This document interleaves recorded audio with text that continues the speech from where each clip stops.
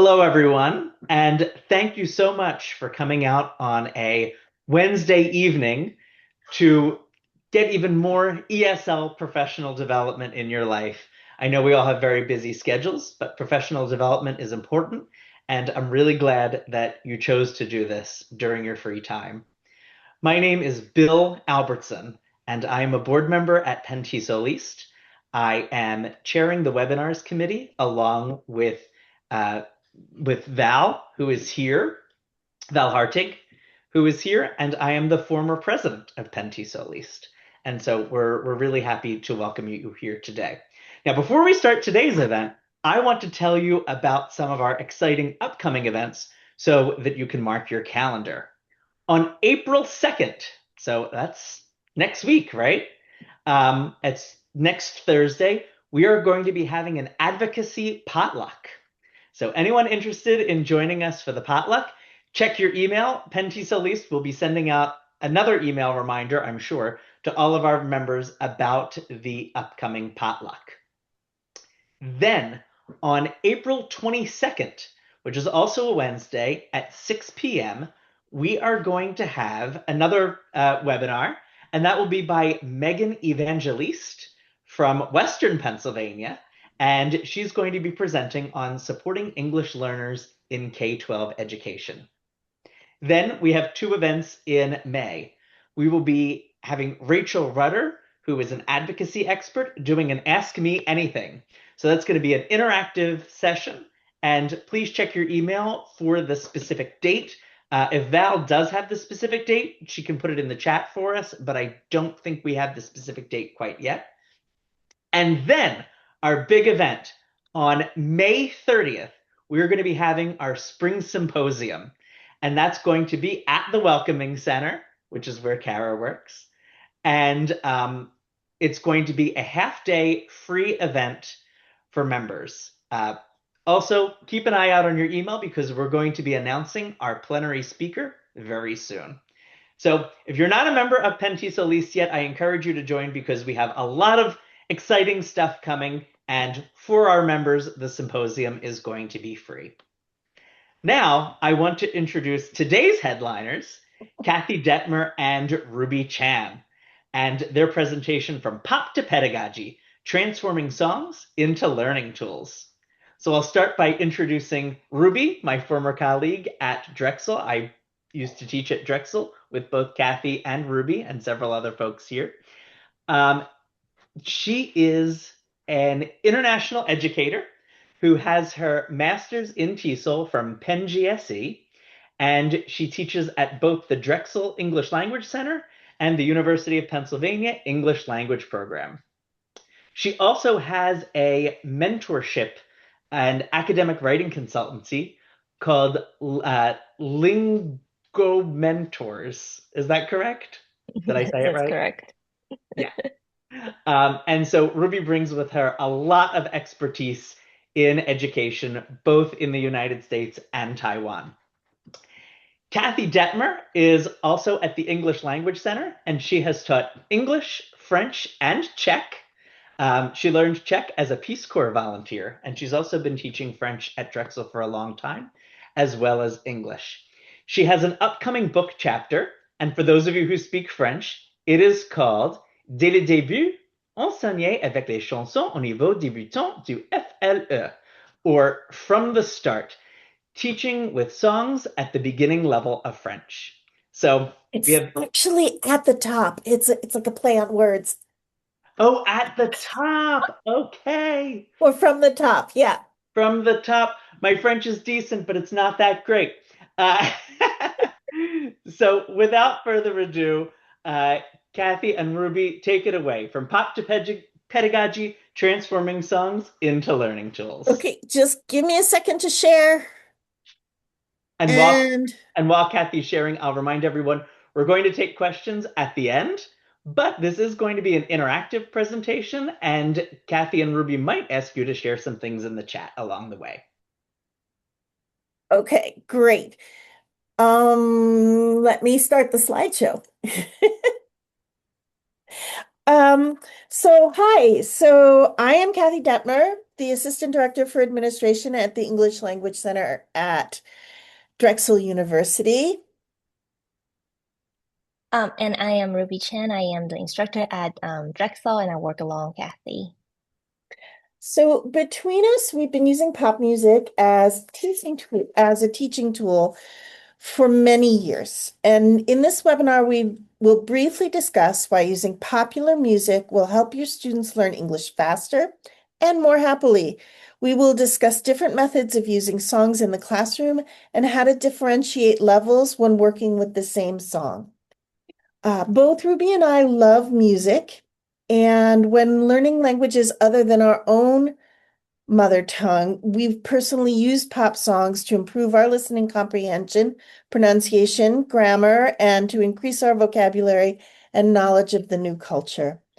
Ruby and I would like to give you some ideas about how and why to pick songs for certain pedagogical purposes, to teach grammar, vocab, pronunciation, culture. Um, and we just want you to consider before we start one important thing. It's important that you like the song that you choose, or at least don't hate it, because you will have to listen to the song repeatedly in your classes and when you use the exercise again next time. And if you hate the song, your students will feel it. So first we want to talk about listening. And of course, you can use songs to teach listening. So here I'd really like to talk about um, convincing you a little bit that using pop songs to teach language is also effective scientifically. So let us start with the fact that music is connected to verbal memory, processed in the same places in the brain. And when a song gets stuck in your students' heads, it increases the students' involuntary mental rehearsal, and increased mental rehearsal is linked to faster language acquisition. Children exposed to music sing the songs they hear, and it works as they get older as well. So in the chat, just pop up what was the last song you had stuck in your head and what language it was in. I often wake up with the song Pookie by Aya Nakamura in my head. So anyway, introducing students to music that they like can also help create agency in students. And by agency, I mean ownership of their learning process and the language they choose to learn. Helping students develop their agency as language learners will create more intrinsic motivation in the students and therefore more learning. If you like a song, you will listen to it again, practicing outside of class, maybe even memorizing the lyrics and learning what they mean. If you like a song, you might listen to others by that singer or group. You might choose to listen to other artists that Spotify suggests you when you listen to the first artist. You might look up the artist and group online and read about them. So when students choose to listen to a song, they're choosing their own authentic texts to learn from, and which will hopefully lead them to choose others. They're also practicing their listening skills and creating a repetition, because they'll listen to it again, that they need to learn. Teachers can help students develop by their agency also by asking students what connections they're making themselves to the songs and why they're choosing them. When working on listening skills, the one other thing we'd like to stress is that teachers should also help develop metacognitive tools that they can use to approach the songs you're working on in class, and then that will transfer to new situations. So metacognitive skills are used by highly effective learners, and this focus of student attention on their mental strategies can help them plan for future English language experiences. When you show students in class how to actively listen for certain words or certain phrases, they're more likely to hear them when they listen again, or when they hear them in a different context. They may be more able to discuss the rules surrounding the grammar point or the spelling of certain aspects of the song. And we also want you to think about how to use songs not just as an introduction to a lesson or the fun end to a lesson or the end of your week, although you can use them that way, absolutely, but as an access point for students to different skills that they need to use in English for their own, when they use English for their own purposes. There are many different kinds of activities that you likely already know that can be adapted to using pop songs in your classroom. Ruby? Um, so Kathy just said Kathy just let us know how music can be used in ASL classrooms as access points and for individual purposes. And I thought that this is a good point to bring up the differentiated instruction because we all know as English educators that differentiated instruction is very important in our classrooms. And I'm here to tell you why songs are perfect materials to design differentiating instruction around. I'm going to share the tips for differentiated instruction and give you some examples and the result of these instruction in my classroom. So for tips to differentiate instruction with songs, first we want to offer tiered selection, whether that is vocabulary or grammar. I'll give you some examples later. We want to gradually remove or lessen support based on the student's levels. The third one is to provide options for production. Always give choices to students instead of limiting their options. Lastly, we want to utilize pair and group collaboration and use different pairing and grouping techniques. By designing different levels of instruction, my students are able to learn and engage in the classroom and access the target form easily. And I'm able to meet my learner readiness in the different learner readiness in the classroom. Now we're going to move on to the next part, which is teaching pronunciation and phrasing with songs. So, have you ever tried to learn the pronunciation of another language? And how did you do it? And I think it's important sometimes to think about your own process because it may inform your teaching. And I think also you should think about how pronunciation is presented in your current materials. And often it's not there at all, or it's not very interesting. Um, so I just wanted to mention that. And I wanted to sort of jump right in and say, when you actively listen to something, it involves a certain level of conscious attention to the input to decipher acoustic signals, segment the speech stream, parse words, and apply background and contextual knowledge to aid in your interpretation. And so when you're asking your students to listen for a particular sound and isolate a particular sound or isolate a particular way people pronounce things,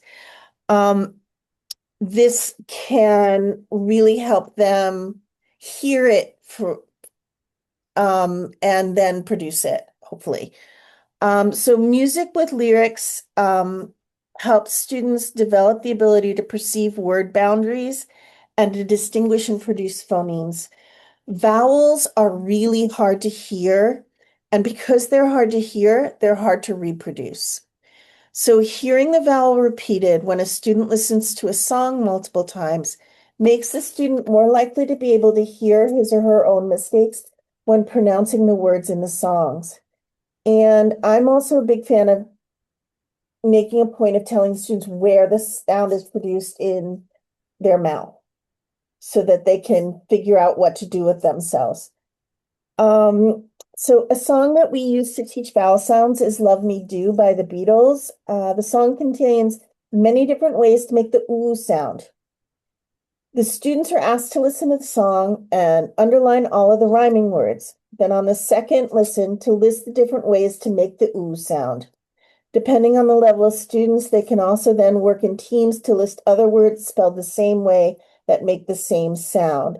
So do, go wouldn't work on that list, but do, to would. And then I usually do this as a contest because it's just more fun that way.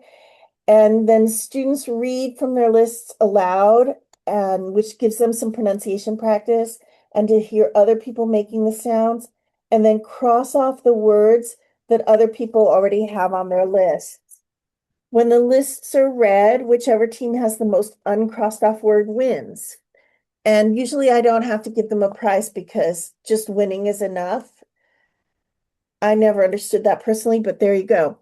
Okay, so here's Gonna Wanna Tonight is another song that we used because hearing reductions in language can be really confusing for students. Gonna wanna, for example. If your students are like mine, they often use them when they're writing because that's what they're hearing.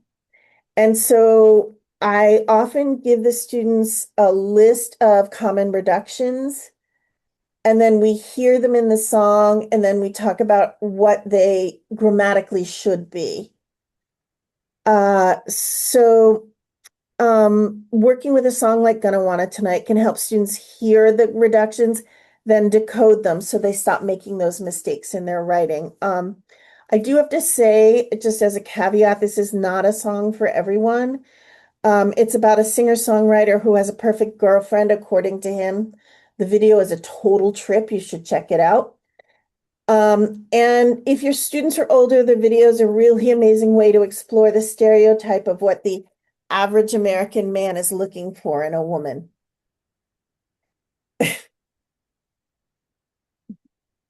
So, yes, so songs are great to teach pronunciation, especially when, in textbooks, pronunciation are usually taught in, charts and rules and just really daunting tasks. Here's another example of how we use songs to teach pronunciation, using Alicia Keys' Underdog. I love Alicia Keys as an artist. This activity, as you can see on the left, we have a list of words that are very similar in pronunciation or in spelling, in that sense. What I do in the classroom is that I group the students together first, have them try to pronounce these words to each other, just to get a sense of what these words are. And I don't know about you, but as an English learner myself, sometimes I get really frustrated or embarrassed when my teacher asks me to pronounce a word that I'm not familiar with in front of the class. So doing this before you ask the students to share how they will pronounce these words can really alleviate that feeling. Um, and then once they finished pronouncing these words, I give them the worksheet, have them listen to the song and fill in the blanks. Um, and at this step, they are matching not just the pronunciation of the words that they hear, but with the meaning of these words in context. How do we how do we differentiate our instruction with activities like this? So first of all, as I said, we can use different grouping techniques. So first, you can put them together in a group of four, and then have them work individually on the filling in the blank activity, and then put them back together into pairs so that they can share their answers with their peers. Then you can also provide differentiated support or tiered support by student levels. For example, for beginner levels, you can give them the full list here, as I did. For intermediate level, you can give them the list, but or you can remove the list and have them listen to the words and write them down. And for the advanced class, you can have them listen to the song, fill in the blanks, and produce a list of other words that sound similar by themselves. That way you are providing different kind of support and you're asking for different um, expectations and different kind of productions. Um, Transitioning to the next slide, we're going to talk about how we can use songs to teach grammar.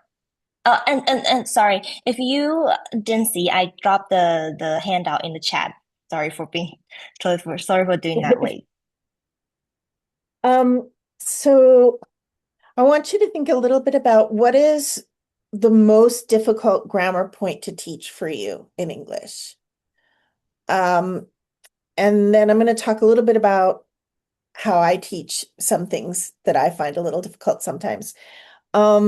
Songs can provide a repetition of grammatical structures, which can help foster implicit noticing of the rules on the part of the listeners. So usually I play a song and ask students to identify the verb tense, crowdsourcing the grammar knowledge, and then I ask if they can articulate the rules. These rules then go up on the board and we listen again to identify what we've just discussed.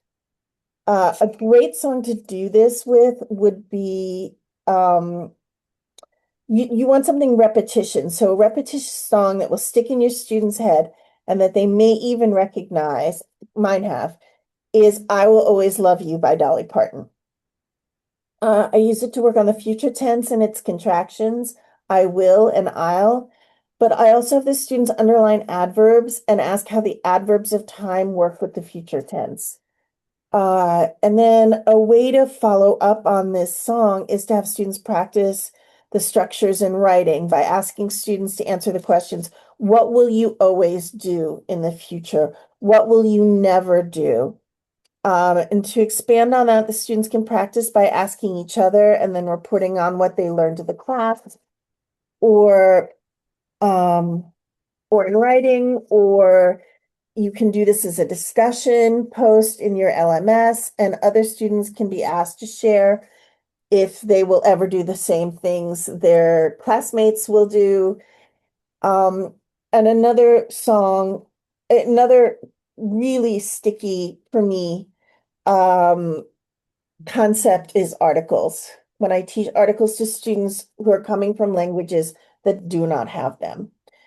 And so you can pick a song with both and the in it and have students listen for it. And we've used the song Skyfall by Adele for this. And then fill in the missing articles and then have them discuss why which article is being used in each case to articulate the rules. This can be done with any of the songs you use as well. So any other song can be done. This can be done just to add to what you're doing with the song. And so students are reminded of the concepts and continue to actively notice this grammar point until it becomes automatic for them. Here's another example of how we use songs to teach mixed grammar forms. For example, when the students are learning not just the singular or individual tense, like simple present, present continuous, or present perfect, we want to, when they get to a certain level, we want to mix them together so that they can learn how to decide what to use in and when, right? This song I didn't put the title in there. It's Still Learning by Halsey. I'm gonna just type it in the chat. Okay. So what we do is we have the students try to fill in the blanks before they listen to the song, letting them know that, hey, there are these 3 different forms that you can use. Go ahead and discuss with your classmate or with your group what should go in there and why do you think it should go in there. And once they have their answers, I'll play the song and have them listen to the forms. And at this point, because they are already working on the worksheet, once you play the song, they're really, really focusing on the forms. And that's what we want. They're not just listening to the music, right? So After they try to fill in the blanks, then you play the song, they're very focused. And additional bonus here is that they are very attentive and they're very interested to hear what the artist has to say. Um, we then discuss the choice of these grammatical structures and meaning. For example, why does the artist use this form here? What is she trying to say? Is she trying to explain a past experience? Is she trying to explain her mental state at this moment? What is she trying to do? Right? Songs are great in the sense that we can use it to teach more challenging grammar, more mixed grammatical structure, so that we're not just teaching individual grammar points in the classroom. Now, if we move on to the next slide, we can see that here's an example of how we differentiate grammar form, differentiate our instruction with grammar lessons. This is tiered support. This one is Making My Bed but by Olivia Rodrigo. Students love, I think now, love Olivia Rodrigo like me and Kathy. um, I think what we did here is that for beginner level, we provide the verb right next to the blank so that the students know what they are listening for, the base form of these words. For the intermediate level, we remove the verbs from where they are and put it into a word bank, right? So this way, the students can still see the options, but they have to do more thinking and linking. For advanced level, I remove the collocation with the verbs so that the student are asked to not only listen to the verbs but also listen for the collocation for these verbs. So that's the activity here. Let's see. All right. So if we go to the next part, we have vocabulary. So I think there's a couple of things about vocabulary that songs can do that maybe our textbooks can't. And because they are sort of literature as well, right?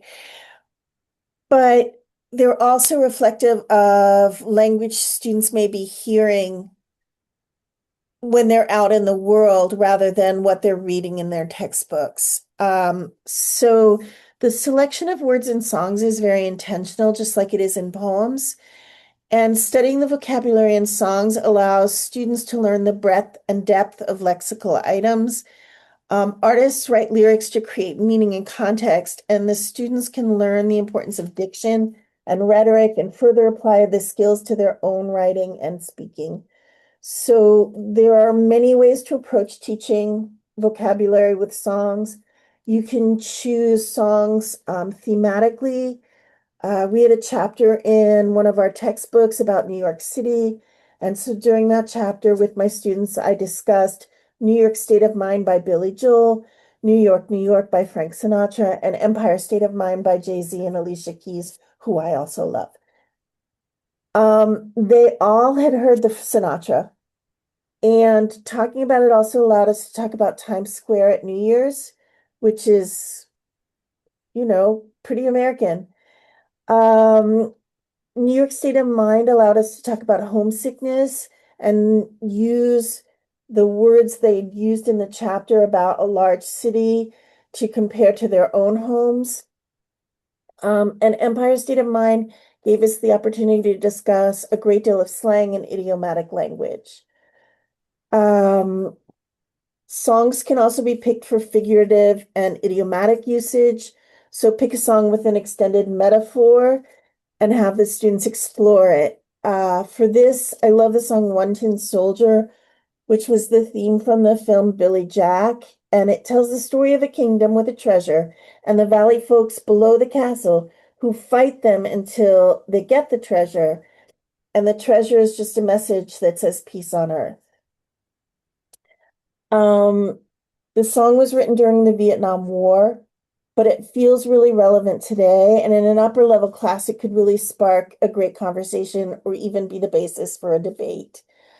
And then my example on this slide is Olivia Rodrigo, because Ruby and I do really love Olivia Rodrigo. And if you're looking at teaching idiomatic meaning, idiomatic phrases and idiomatic language, Get Him Back by Olivia Rodrigo is a great song. The refrain is a play on the idiomatic phrase to get someone back. You can see she both wants her revenge and to have him back in her life again. And for this song, you can either explain the two meanings and discuss other things that they may have seen in English that have two meanings, or you can have them figure out the two meanings from the context. The song also has several other idioms in it: to have a wandering eye, to make a pass at someone, to pour my heart out, to break someone's heart, and to not know what hit you. And all of these can be understood within the context of the song because it's very clear in its message. And so you can have the students discuss meanings and write definitions for each of the idioms, or you can have them write their own poem using at least four of the idioms from the song, which and then they could read those for homework in a discussion board, or they could be read out loud by other students in class for pronunciation practice in a poetry slam. Yes. So this song, right? So getting back, this is definitely a way to teach puns without, bringing out Shakespeare. Um, the next activity we have here is The Climb by Miley Cyrus. This is when we teach vocabulary with differentiated support. Um, for example, for this song, I selected the verbs that had, sorry, the present participles of verbs and put them together into a word bank for the students to listen for and fill in the blank. For beginner students, you can give them the full spelled out options. For intermediate, you want to give them first and last letter and maybe remove the word bank. And then for advanced level, of course, you just give them a blank. This activity is not only asking the students to listen for the verbs, it's also teaching students the spelling of present participles of verbs, and it is also teaching students the collocations of these verbs. For example, the dream, I'm dreaming, you dream a dream. A voice says something, right? A voice inside my head say something. The step I'm taking, the faith is shaking, um, have to keep trying, right? So the students are not just learning the single vocabulary items, but they're learning the whole breadth of the vocabulary. Another example connected to what we said earlier about teaching grammar. In this song, sorry, in this song we found the abbreviations of um the abbreviations, and then we put it together into a list for the students to listen for and for the students to try to pronounce it along with the song. The result of this lesson is that the students are able to learn the usage of the verbs, they learn the present participle, and then they also learn the collocation of these verbs. Another example, if we move on to the next slide, is how we select different vocabulary within the same level to provide differentiated support. So whenever I see or whenever I try to decide on what vocabulary to choose, I always give myself two kind of guidelines. The first one is you always want to choose the high frequency functional words as well as academic descriptive words. That way the students are able to learn both worlds. They're not just, stuck with the very basic vocabulary. They're not just always learning the words that are seemingly too far away from them. In this activity, I used Die with a Smile by Lady Gaga and Bruno Mars. This song is great for teaching. I didn't put it in the grammar section, but this song is great for teaching second conditionals. If you can go, if you want to go listen to it. Um, so that's the first thing we want to do. So differentiated tiered selection. We also want to provide different kinds of activity. The first one is matching the definition. The second one is deciding when to use this vocabulary in context. And when you do this, you want to make sure that your grouping techniques is in check. So you want to either make sure that you have a really balanced group with beginner or weaker student or stronger students together, or you want to pair them together so that some stronger students can help with the weaker students in your classroom.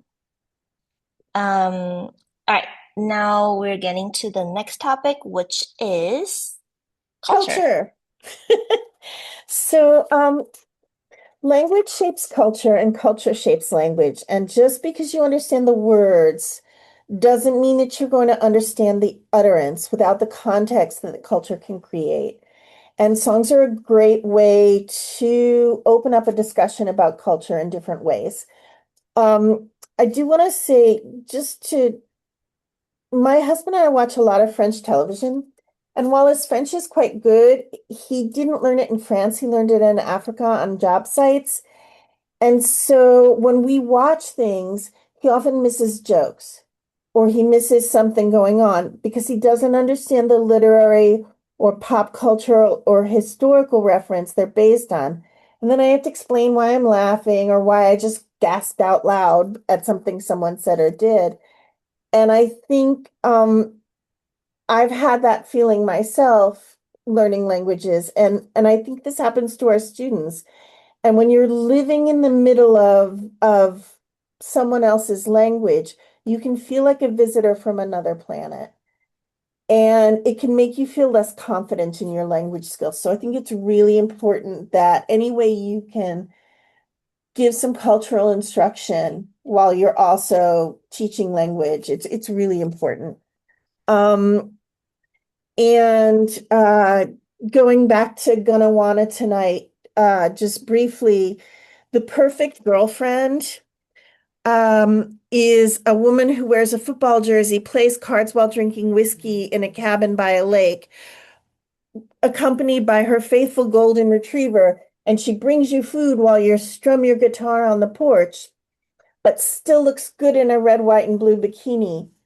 And I think watching that video with students, it's a part of of the American culture that maybe is useful to know.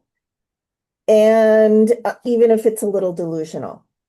So um, when something big happens in the world, or the big happens in the country where you are, United States, and everyone's talking about it, your students want to talk about it too. They just don't always have the context or the knowledge to do so. And so I picked the song You Belong With Me um after Travis and Taylor went official because she kissed him at the Super Bowl.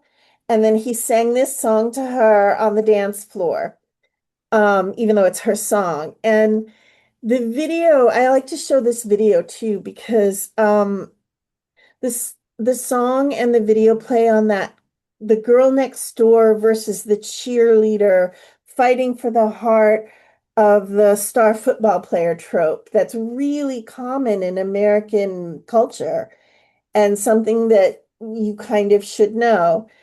But it also gave us the opportunity to talk about the Super Bowl, about Taylor Swift and the Swifties, about Taylor and Travis, and then also, unfortunately, about the shooting at the Super Bowl parade that year, because that kind of random gun violence can also be part of American culture. And we started with this song, but expanded out into a lot of reading and a lot of talking. Um, I don't know about your books, but the civil rights movement is a topic we talk about at the English Language Center a lot. And I think it's important to understand and make sense of the United States that exists today, but it seems really far away for our students because it seems like it was a long time ago. So I like to work with songs that were important to the movement, like Strange Fruit by Billie Holiday, or To Be Young, Gifted and Black by Nina Simone, or Those Three Were on My Mind by Pete Seeger, and that tells stories and that bring that sort of abstract long ago topic to life for my students. And it can also give you the opportunity to talk about people like Nina Simone and Pete Seeger and Harry Belafonte, because you could play his version of Those Three Are on My Mind instead, and other artists who were involved in the movement. And I think for more contemporary current events, you could talk about the Springsteen song, The Streets of Minneapolis, which is about the ice situation in Minneapolis this past winter. And you could even compare it with an older song like Ohio by Crosby, Stills, Nash and Young, which was about Kent State. Um, and then if you're talking about culture and who uses the language and what language is privileged, the register of the language is also something that's directly linked to culture. Where in society the people using the language find themselves and why. And so looking at the language being used, is it formal, informal, slang, literary, etc., can be really helpful when you're looking at songs. And and because songs are less language, they can say that than say a short story or an article. You can really look at who is the audience for this utterance and what is the context that that type of language can or should be used in. Um, if you present your students with a wide variety of different types of songs, it will give them the opportunity to explore different registers of language. And you can even ask your upper level students to imitate the register that they find in the song or rewrite the message of the song in a different register. So, for example, you could have students rewrite The Streets of Minneapolis as a news report. Or you could have them rewrite I Will Always Love You as a resignation letter from a job, which is actually what it was. And here we have an example or an activity of how we use songs to teach advanced level with differentiated media types. So Kathy said earlier that we can use songs to teach culture, we use songs to teach registry of language, we use songs um, to access a lot of topics in the classroom. This one is one example I use in my classroom. At that time, Kendrick Lamar was I think the Super Bowl performer that year, and then he was in Philly performing, and my students were really excited about him, and I decided that this was a great opportunity, to switch out some materials in the textbook that were too outdated and bringing something that's more fun. Um, so this one is Kendrick Lamar's To Pimp a Butterfly. I used the title of the album to teach vocabulary, first of all, because the students at this level are asked to, if you look at the objectives, they're asked to recognize literal versus metaphorical meaning in context. To Pimp a Butterfly, I asked the student what it means, and surprisingly, one of my very quiet student. He said it means to exploit something beautiful, and I thought that was awesome. Um, and students were asked to, listen to different kind of materials. They listen to the songs, of course. They look at the album cover as a visual and try to analyze it, and then they also listen to a podcast that dissect the song, and they're to take notes and share what they learn with the class. Um, that's that. And then we use the song Wesley's Theory as an entry point. And we didn't, of course, listen to the whole album because it's way too long, but we use the song Wesley's Theory as an entry point. We talk about the diction, and we talk about the author intention, and then we argue what the author is trying to do here, what the author is trying to say here. This song is the use of this song or this album is very interesting to the students because it's something that they find fun to listen to, and it's something that they don't get much in ESL classrooms. So when you decide to use songs or when you decide to use different types of media in your classroom, you're presenting the students something that's engaging and something that's not boring, and that will bring their focus to you and to the lessons instead of their phones. If we move on to the next slide, this is how we differentiate or provide or ask for differentiated production. So this activity can be used for across all levels, actually. It's called a jigsaw discussion. I don't know if you've tried this before, but it has 3 steps. The first step is independent learning. So you'll first choose a couple topics for the student to research for, and they will independently learn what this topic is about and what it means. And then they'll join the second step, which is the expert learning group.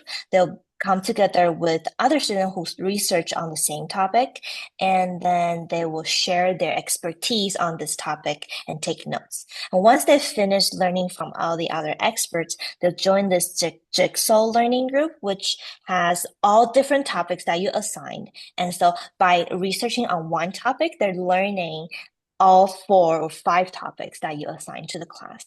And this is great for differentiated production because the students are encouraged to research whatever they find is interesting about the topic, bring that to the expert group, and then they are to present the information they learn to the jigsaw group however they want, right? So this is how I structured the activity. And then the example, the actual class example, if we move on to the next slide. We use the album as an entry point. So again, using songs or albums as an entry point for topics. This one, I used it to talk about hip hop activism, talk about Black Lives Matter, talk about institutionalization, and we talk about systematic injustice. And the students were to research on these topics, bring the more relevant news with them to the class and share it with the class. This is not only a great way to, engage the students, but also a great way to sneak in some more challenging and more academic discussion without them knowing that it is there. And they're all very happy to talk about it. That's that. So basically, before we open to questions, I just wanted to put out that our bibliography is here, and we have created a Spotify list of all the songs we mentioned in the presentation, so you can just click on it and hopefully enjoy the music. And I'm gonna stop sharing so that I can see everyone again and like that. And we just want to thank you for attending. And do you have any questions? And if you want to pop them up in the chat or you want to unmute your mic and ask, we'd love to answer anything you've got. Thank you, Kathy and Ruby. I am going to stop our recording now, and then I'm going to take questions. So thank you, everyone.